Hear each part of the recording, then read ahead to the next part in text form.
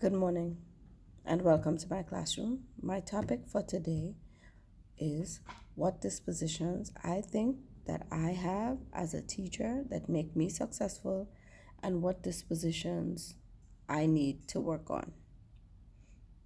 Teaching and learning is a complex and often challenging process. And in order for teachers to be successful, they must hold a set of values that are evident in their interaction towards all stakeholders in the teaching and learning process. I believe that one of the key factors that make me successful as a teacher is that I believe all students can learn. Students are individuals and their learning process will be individual. They will not all learn in the same way and they will not all learn at the same pace. However, if we as teachers or myself as a teacher, I hold high expectations for all of my students and I set realistic goals for them because progress for one student will look differently from progress for another student. So once I ensure that all students are cognitively challenged on their level, then there will be no failure. Additionally, I truly believe that it's important to know who your students are because their schema, their culture, their language, their literacy levels inform their learning process. These ideas impact the way students pay attention, what they pay attention to, how quickly they learn certain concepts, how they interpret information, and how quickly they can grasp a concept. One of the most important aspects, I think, also of my teaching process is that I'm reflective about my practice. In terms of doing self-reflection on a specific lesson that I thought went well or did not go well, as well as reflecting on feedback that I received from my peers, as well as my administrators.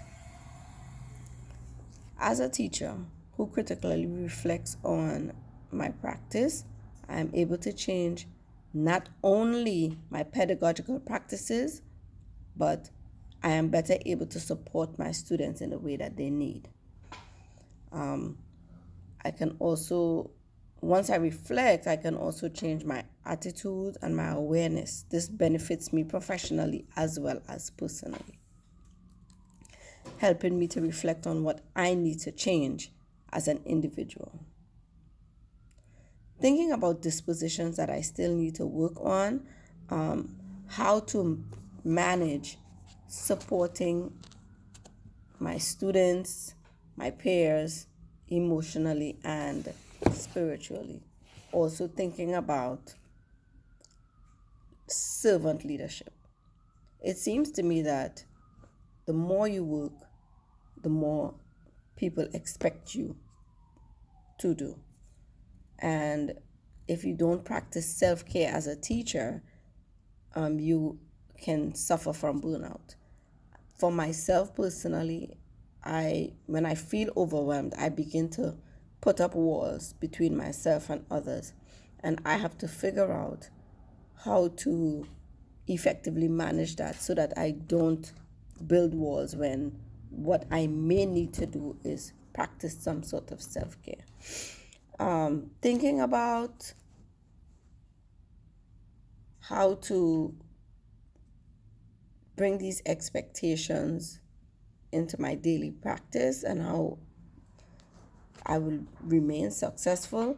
I think that just holding on to my values, practicing them daily, practicing self-care, and knowing that every individual that I interact with, I must interact with them with respect and commitment, fulfilling my duties as a teacher with diligence and integrity.